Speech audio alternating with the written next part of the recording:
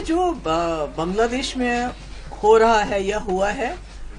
اس سے مجھے لگتا ہے خاص کر ہمارے ملک کو سبق سیکھنا چاہیے کہ جس ملک میں جوانوں کی اتنی بڑی تعداد ہو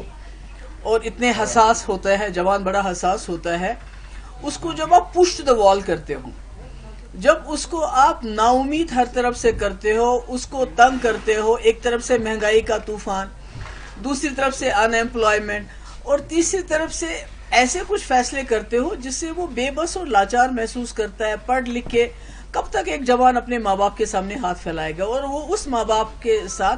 سامنے جس کے اوپر مہنگائی کا اتنا بوجھ پڑا ہوا ہے کہ اس کی کمر ٹوٹ گئی ہے. تو میرا یہ ماننا ہے کہ ہمارے ملک کے اندر بھی جو اس وقت بے روزگاری ہے اور اس میں اگنی ویر جیسی اسکیم جو بالکل ہی آرمی کے بیسک جو جذبہ ہے اس کے خلاف ہے، اور ان ایمپلائمنٹ اتنی بڑھ رہی ہے، اور اس کے اوپر ریزرویشن بہت اچھی چیز ہے.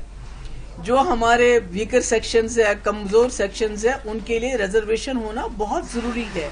مگر میں کہتی ہوں اس میں کوئی آبادی کا جو تناسل ہے کہ کس کی کتنی آبادی ہے اس کے حساب سے ریزرویشن ملنا چاہیے، تاکہ جو اوپن کیٹیگری کے لوگ ہیں ان کے ساتھ ناانصافی نہ ہو کہ آپ کی reservation should not be at the cost of open category.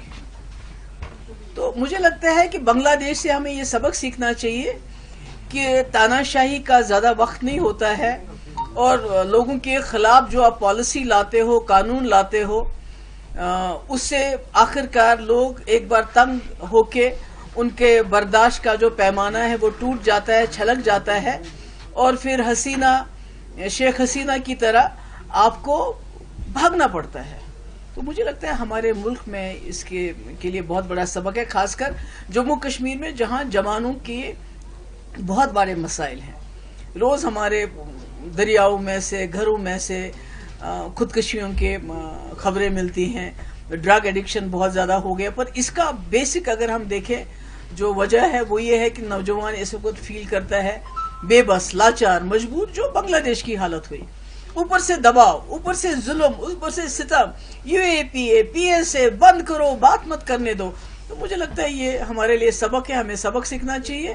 اور کوشش کرنی چاہیے کہ جو ہمارے نوجوانوں کی مشکلات ہیں اس کا ہم ازالہ کر سکیں، اور ایک نوجوان ہمارا سرمایہ ہے، ہمارا فیوچر ہے، ہمارا مستقبل ہے. جب ہم اسی کو push them to the wall، جب ہم انہی کو دیوار کے ساتھ لگا دیتے ہیں، جب ہم انہی کو بے بس اور لاچار کر دیتے ہیں، تو نتیجہ آپ نے دیکھ لیا بنگلہ دیش کا. اور یہاں بھی خدا نخواستہ ایسا نہیں ہونا چاہیے.